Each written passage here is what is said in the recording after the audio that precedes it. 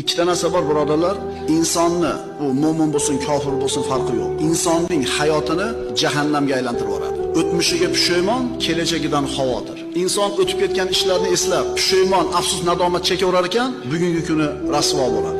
Inson kelajagida nima bo'lishini o'ylab, kelajak haqida xavotir qilib, siqilib o'g'layapti, bugungi kuni rasvo bo'ladi. Mo'min nima deydi? Bo'lib o'tgan ish bo'lib o'tdi. Alloh xohlagan ekan, bo'ldi, ketdi. Endi kelajakdan nimaga xavotir olmaydi desa, kim aytgani bo'ladi? Onasining qornida inson bolasi o'rnashdi, nutfa ko'rinishida. 120 kunga to'lgan kuni rizqi, ajali yozilgan. Kimga uylanadi, necha pul topadi, qayerda yashaydi, qachon o'ladi. Shunga iymon keltirgan odam Alloh aytgani bo'ldi deb ketaveradi. Ammo hech narsa qilmasdan o'tirib olmaydi. Sababini qiladi. Musulmonga yaxshilik kelsa ham, yomonlik kelsa ham musulmonga foyda. Birinchi holatda shukr keltiradi, ikkinchi holatda sabr qiladi. Ikkala holatda ham mo'min agar komil mo'min bo'ladigan bo'lsa, yutuqda qolaveradi. Va bu kimga berilgan faqat? Mo'min